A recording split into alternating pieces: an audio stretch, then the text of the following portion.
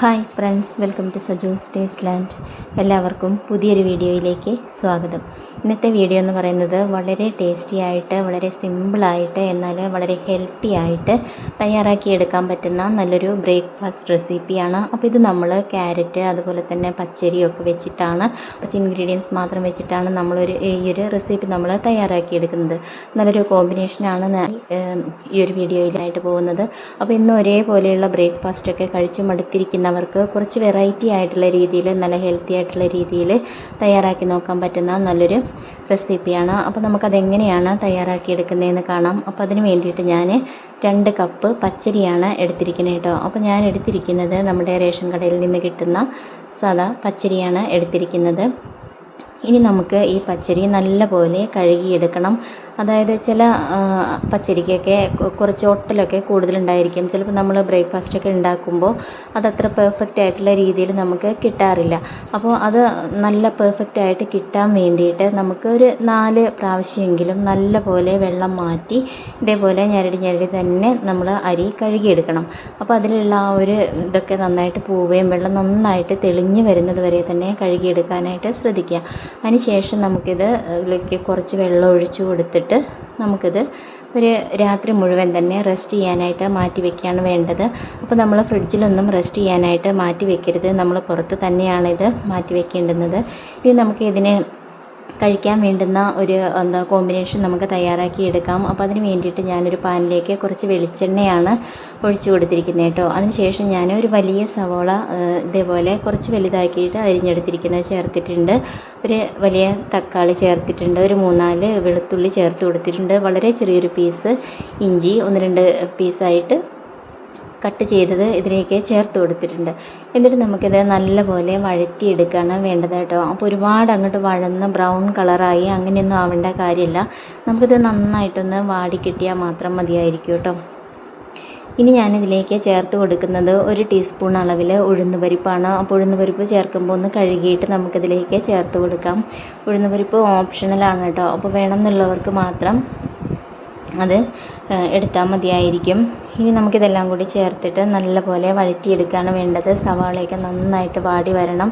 അതുപോലെ തന്നെ നമ്മുടെ തക്കാളിയൊക്കെ നന്നായിട്ടൊന്ന് ഉടഞ്ഞ് വരുന്ന രീതിയിൽ ആയി കിട്ടണം കേട്ടോ.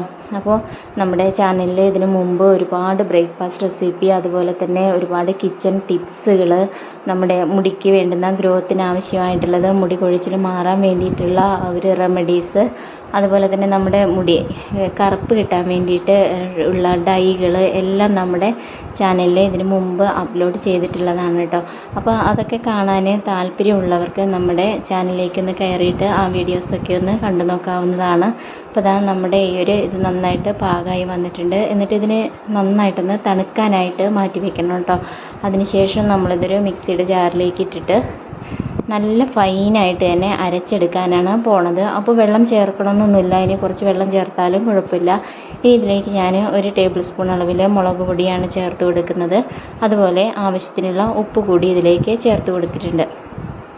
ഇനി നമുക്കിത് നല്ലപോലെ അരച്ചെടുക്കണം. ഇപ്പോൾ ഞാൻ ഒരു പാനിലേക്ക് കുറച്ച് വെളിച്ചെണ്ണയാണ് ചേർത്ത് കൊടുത്തത്. എന്നിട്ട് 1 ടീസ്പൂണ് കടുക് പൊട്ടിച്ചെടുത്തിട്ടുണ്ട്. എന്നിട്ട് കുറച്ച് കറിവേപ്പില ഒന്ന് പൊട്ടിച്ചെടുക്കാം. അതിനുശേഷം നമ്മൾ അരച്ച് വെച്ചിരിക്കുന്ന ആ ഒരു അരപ്പ് നമുക്കിതിലേക്ക് ചേർത്ത് കൊടുക്കാം. എന്നിട്ട് ജാറ് കഴുകിയിട്ട് കുറച്ച് വെള്ളം കൂടി ഞാനിതിലേക്ക് ചേർത്ത് കൊടുക്കുന്നുണ്ട് കേട്ടോ. അപ്പോൾ ഒരുപാട് വെള്ളം ചേർത്ത് കൊടുക്കരുത്, കുറച്ച് വെള്ളം ചേർത്ത് കൊടുത്താൽ മതി. ഇനി നമ്മളിത് നന്നായിട്ടൊന്ന് വറ്റിച്ചെടുക്കാനാണ് പോണത്. അപ്പോൾ വെള്ളം ഒരുപാട് ചേർത്ത് കൊടുത്തിട്ടുണ്ടെങ്കിൽ നമുക്കത് റെഡിയായി വരാനായിട്ട് കുറച്ച് സമയമെടുക്കും. ഇനി നന്നായിട്ട് മിക്സാക്കിയിട്ട് എടുക്കുക കേട്ടോ.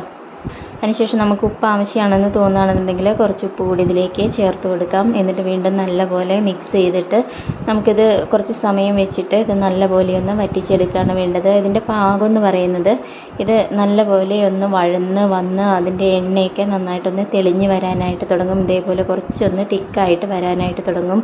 ഈ ഒരു രീതിയിലാവുന്നത് വരെയാണ് നമ്മളിത് റെഡിയാക്കിയിട്ട് എടുക്കേണ്ടത് കേട്ടോ. അതിനുശേഷം നമുക്ക് എണ്ണയൊക്കെ തെളിഞ്ഞ് വന്നതിന് ശേഷം നമുക്ക് സ്റ്റൗ ഓഫ് ചെയ്ത് വെക്കാവുന്നതാണ്. അപ്പോൾ ഈ ഒരു കട്ടിയിലാണ് നമ്മളിത് തയ്യാറാക്കി എടുത്തിരിക്കുന്നത്. ഇത് നല്ല ടേസ്റ്റി ആയിട്ടുള്ളൊരു ചമ്മന്തിയാണ് കേട്ടോ. തക്കാളി സവാളയൊക്കെ വെച്ചിട്ടുള്ള നല്ലൊരു ചമ്മന്തിയാണ്. നല്ല ടേസ്റ്റാണിത്. ഇപ്പോൾ ഇത് ഇവിടെ ഇരിക്കട്ടെ. ഇനി നമ്മുടെ പച്ചരി ഇവിടെ നന്നായിട്ട് കുതിർന്ന് വന്നിട്ടുണ്ട്. അതിലുള്ള വെള്ളം ഒന്ന് മാറ്റിയിട്ട് നമുക്കൊരു മിക്സിയുടെ ജാറിലേക്ക് ഇട്ട് കൊടുക്കാം. അപ്പോൾ ഒരു വലിയ ജാറിലാണ് ഞാൻ അരയ്ക്കാനായിട്ട് പോകുന്നത്, അതുകൊണ്ട് മുഴുവൻ തന്നെ ഇട്ട് കൊടുത്തിട്ടുണ്ട്. ഇനി ഞാൻ എടുത്തിരിക്കുന്നത് ഒരു ക്യാരറ്റാണ് കേട്ടോ. അത്യാവശ്യം വലുപ്പമുള്ള ഒരു ക്യാരറ്റാണ് എടുത്തിരിക്കുന്നത്. അത് ഇതേപോലെ ചെറിയ കഷ്ണങ്ങളാക്കിയിട്ട് നമുക്കിതിൻ്റെ കൂടെ ഇട്ട് കൊടുക്കാം. അതിന് ശേഷം ഞാൻ ഒരു 2 ടേബിൾ സ്പൂണോളം തേങ്ങയാണ് ഇതിലേക്ക് ചേർത്ത് കൊടുക്കുന്നത് കേട്ടോ. അപ്പോൾ തേങ്ങയുടെ അളവൊക്കെ നമുക്ക് ഇഷ്ടത്തിനനുസരിച്ച് കൂട്ടുകയോ കുറയ്ക്കുകയൊക്കെ ചെയ്യാവുന്നത് തന്നെയാണ്. കൂടുതലാണെന്നുണ്ടെങ്കിൽ കുറച്ചുകൂടി ടേസ്റ്റ് ആയിരിക്കും. എന്നിട്ട് ഞാൻ 1 കപ്പ് വെള്ളം ഒഴിച്ച് കൊടുത്തിട്ടുണ്ട്. കുറച്ച് ഉപ്പ് കൂടി ചേർത്ത് കൊടുത്തിട്ടുണ്ട്. അതിനുശേഷം നല്ല ഫൈനായിട്ട് തന്നെ ഇത് അരച്ചെടുക്കുകയാണ്. അപ്പോൾ അത് നല്ല ഫൈനായിട്ട് തന്നെ അരച്ചെടുത്തിട്ടുണ്ട്. ഇനിയിപ്പോൾ ഞാൻ കുറച്ച് വെള്ളം കൂടി ഇതിലേക്ക് ഒഴിച്ച് കൊടുക്കുന്നുണ്ട്. അപ്പോൾ നമുക്ക് ഇതിന് ആവശ്യമായിട്ടുള്ള വെള്ളം എന്ന് പറയുന്നത് നമ്മൾ 2 കപ്പ് പച്ചരിയാണ് എടുത്തിരിക്കുന്നത്. അതുകൊണ്ട് ഇതിലേക്കൊരു 3 കപ്പ് വെള്ളം, 3-3.5 കപ്പ് വെള്ളം അത്രയും നമ്മളിതിലേക്ക് എടുക്കാനായിട്ട് പാടുള്ളൂ. വെള്ളം ഒരുപാട് കൂടി പോയിട്ടുണ്ടെന്നുണ്ടെങ്കിൽ നമ്മളിത് തയ്യാറാക്കി എടുക്കുമ്പോൾ അത്ര പെർഫെക്റ്റ് ആയിട്ട് നമുക്ക് കിട്ടില്ല. അതുകൊണ്ട് വെള്ളത്തിൻ്റെ അളവ് നമ്മൾ പ്രത്യേകം ശ്രദ്ധിക്കേണ്ടതായിട്ടുണ്ട്. അപ്പോൾ 1 കപ്പ് വെള്ളത്തിൽ നമ്മൾ നല്ലപോലെ അരച്ചെടുക്കുക. അതിന് ശേഷം ഒരു 2-2.5 കപ്പ് വെള്ളത്തോളം നമുക്കിതിലേക്ക് ഒഴിക്കാവുന്നതാണ് കേട്ടോ. അപ്പോൾ നിങ്ങൾ കുറച്ച് നമ്മൾ എടുക്കുന്ന അരിക്കനുസരിച്ച് നമുക്ക് വെള്ളം കൂട്ടുകയോ കുറയ്ക്കുകയോ ചെയ്യാവുന്നതാണ്. ഇപ്പോൾ ഉപ്പ് ആവശ്യമാണെന്ന് തോന്നുകയാണെന്നുണ്ടെങ്കിൽ നമുക്ക് ഈ ഒരു സമയത്ത് വീണ്ടും കുറച്ച് ഉപ്പ് കൂടി ഒന്ന് ചേർത്ത് കൊടുക്കാം. അപ്പോൾ ഇതാ ഈ ഒരു ലൂസിലാണ് നമ്മുടെ മാവ് ഇരിക്കേണ്ടത് കേട്ടോ. ഒരുപാട് കട്ടിയല്ല, എന്നാൽ അത്രയ്ക്ക് അങ്ങോട്ട് ലൂസും അല്ലാത്ത രീതിയിലാണ് ഇരിക്കുന്നത്. അപ്പോൾ ഇതാ ഞാനിവിടെ ദോശക്കല്ല് ചൂടാവാനായിട്ട് വെച്ചിട്ടുണ്ടായിരുന്നു. അതിലേക്ക് കുറച്ച് ഓയിൽ ഇതേപോലെ ഒന്ന് സ്പ്രെഡ് ചെയ്ത് കൊടുക്കാം. അതിനുശേഷം ഓരോ തവി മാവ് വീതം ഒഴിച്ചു കൊടുത്തിട്ട് അതിൻ്റെ മുകൾ വശം നന്നായിട്ടൊന്ന് റെഡിയാവുന്നത് വരെ മൂടി വയ്ക്കുക. അതിനുശേഷം ഒരു അല്പസമയം ഒന്ന് തുറന്ന് വെക്കണം കേട്ടോ. അതെന്തിനാണെന്ന് വെച്ച് കഴിഞ്ഞാൽ അതിലുള്ള ആവി കുറച്ചൊന്ന് ഇങ്ങനെ മൂടി വയ്ക്കുമ്പോൾ ആവി കുറച്ചൊന്ന് പോകാൻ വേണ്ടിയിട്ടാണ്. എന്നാലാണ് നമുക്കിത് പെർഫെക്റ്റ് ആയിട്ട് നമുക്ക് എടുക്കാനായിട്ട് സാധിക്കുള്ളൂ. അപ്പോൾ ദോശക്കല്ലിൽ ദോശയൊക്കെ ചുടുമ്പോൾ ഒട്ടി പിടിക്കാതിരിക്കാൻ വേണ്ടിയിട്ടുള്ള നല്ല ടിപ്സുകളൊക്കെ ഇതിന് മുമ്പ് ഞാൻ നമ്മുടെ വീഡിയോയിൽ ചെയ്തിട്ടുള്ളതാണ്. അപ്പോൾ അതൊക്കെ കാണാൻ താല്പര്യമുള്ളവർക്ക് നമ്മുടെ ചാനലിൽ കയറിയിട്ട് അതൊക്കെ ഒന്ന് കണ്ടു നോക്കാവുന്നതാണ് കേട്ടോ. അപ്പോൾ അത് വളരെ ടേസ്റ്റിയാണ്, എന്നാൽ കുറച്ച് വെറൈറ്റി ഒക്കെ ആയിട്ടുള്ള നല്ലൊരു ഹെൽത്തി ആയിട്ടുള്ള ഒരു ദോശയാണ് തയ്യാറാക്കി എടുത്തിരിക്കുന്നത്.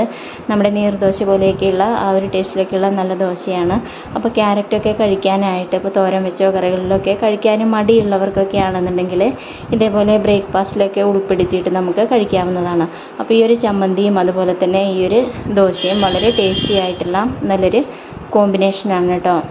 അപ്പോൾ ഈ ഇതിൻ്റെ കൂടെ നമുക്ക് ചട്നിയോ മറ്റെന്തെങ്കിലുമൊക്കെ കൂട്ടി കഴിക്കാവുന്നതാണ്. നല്ല ടേസ്റ്റാണ്.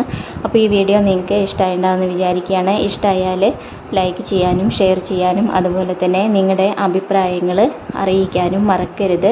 ചാനൽ ഇതുവരെ സബ്സ്ക്രൈബ് ചെയ്യാത്തവരുണ്ടെന്നുണ്ടെങ്കിൽ ചാനലൊന്ന് സബ്സ്ക്രൈബ് ചെയ്ത് വെച്ചോളൂ. തൊട്ടടുത്തുള്ള കുഞ്ഞു ബെല്ല് കൂടി ഒന്ന് എനേബിൾ ചെയ്യണേ. അപ്പോൾ ഞാനിടുന്ന എല്ലാ വീഡിയോസും നിങ്ങൾക്ക് അപ്പം തന്നെ നിങ്ങളുടെ ഫോണിലേക്ക് കിട്ടുന്നതായിരിക്കും. ഇനി പുതിയൊരു വീഡിയോയിൽ കാണാം. Okay, thank you, by.